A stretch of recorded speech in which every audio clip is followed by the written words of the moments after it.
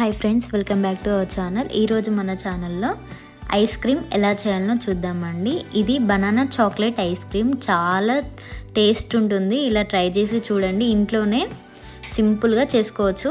దానికి నేను 3 బనానా తీసుకున్నాను. వీటిని సన్నగా కట్ చేసుకోవాలి. చూడండి ఫ్రెండ్స్, ఇలా అన్నీ కట్ చేసుకున్న తర్వాత ఒక 2 అవర్స్ వరకు డీప్ ఫ్రిడ్జ్లో పెట్టుకొని ఉండనివ్వాలి. 2 అవర్స్ ఉండాలి. 2 అవర్స్ తర్వాత చూడండి ఫ్రెండ్స్, మనకు బనానా అనేది గట్టిగా అయిపోయింది. ఇలా గట్టిగా అవ్వాలి. మీకు ఇలా గట్టిగా కాకపోతే మరొక 1/2 అవర్ ఉంచుకోండి.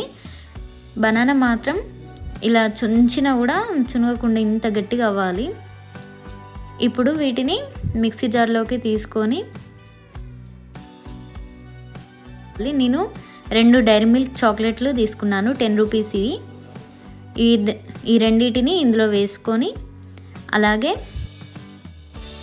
1 కప్పు పాలని కాచి చల్లార్చిన తర్వాత ఇందులో పోసుకోవాలి. అలాగే 3 స్పూన్స్ పంచదారను కూడా వేసుకోవాలి. ఇప్పుడు వీటిని మెత్తగా గ్రైండ్ చేసుకోవాలి.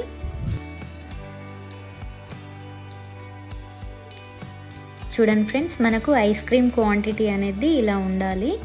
బాగా చిక్కగా ఉండొద్దు, అలా అని పల్చగా కూడా ఉండొద్దు. ఇప్పుడు వీడియోలో చూపించినట్టు ఉండాలి.